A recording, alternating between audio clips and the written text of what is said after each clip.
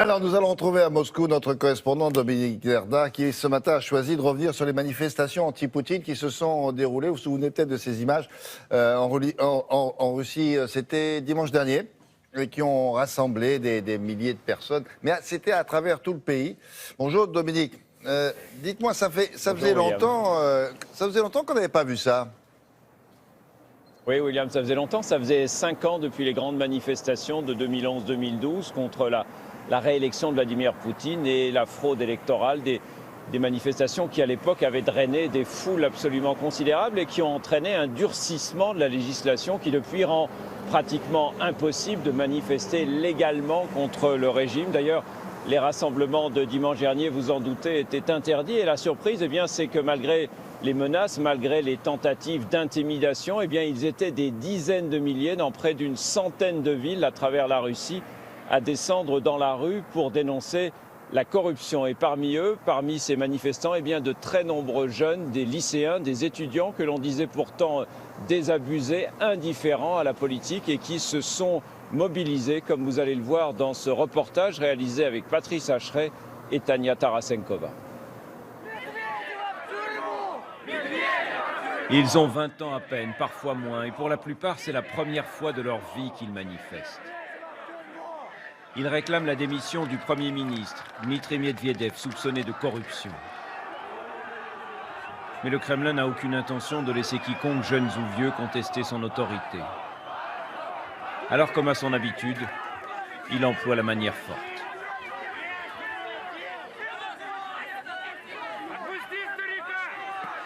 Il y a longtemps qu'en Russie, on avait vu de telles manifestations.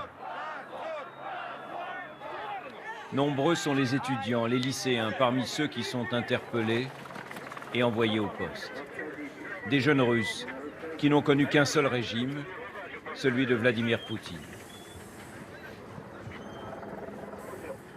C'est à l'appel d'un homme, Alexeï Navalny, qu'ils sont descendus dans la rue. Candidat déclaré à la présidentielle de 2018, il n'a de cesse de dénoncer la corruption de l'élite au pouvoir. Interpellé lui aussi dès le début de la manifestation à Moscou, il est condamné à un peu plus de 300 € d'amende et à 15 jours de détention.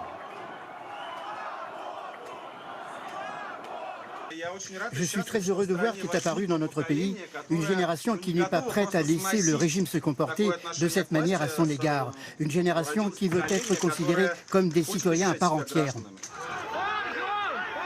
Une jeunesse que l'on disait apathique et résignée et qui a montré qu'elle n'avait pas peur, qu'elle osait tenir tête au pouvoir, malgré la menace, malgré la répression.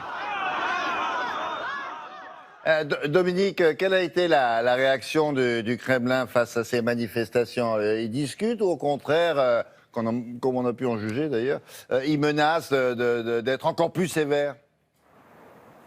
Oui, c'est exactement ça, William. Vous savez, la main tendue, c'est pas le genre de la maison. Le Kremlin ne s'attendait certainement pas à des manifestations d'une telle ampleur. Le porte-parole de Vladimir Poutine a accusé les organisateurs d'avoir manipulé les jeunes sur les réseaux sociaux et, tenez-vous bien, de les avoir payés pour aller manifester. Et le pouvoir a promis que la prochaine fois, si prochaine fois il y a, la répression serait beaucoup plus sévère. Ce qui s'est passé dimanche montre les limites de la propagande officielle. Vous savez, les jeunes en Russie, pas plus qu'ailleurs d'ailleurs, les jeunes regardent de moins en moins la télévision. C'est sur Internet qu'ils s'informent. Et la vidéo qui a été postée par Alexeï Navalny, que vous avez vu dans ce reportage, ce militant anticorruption et qui est aussi candidat à l'élection présidentielle de 2018, cette vidéo a été visionnée plus de 14 millions de fois et ça montre les limites justement du pouvoir dans le contrôle de l'information et c'est un véritable défi pour le Kremlin qui ne va certainement pas rester les bras croisés. Bon, à suivre alors. Et donc à bientôt. Merci Dominique.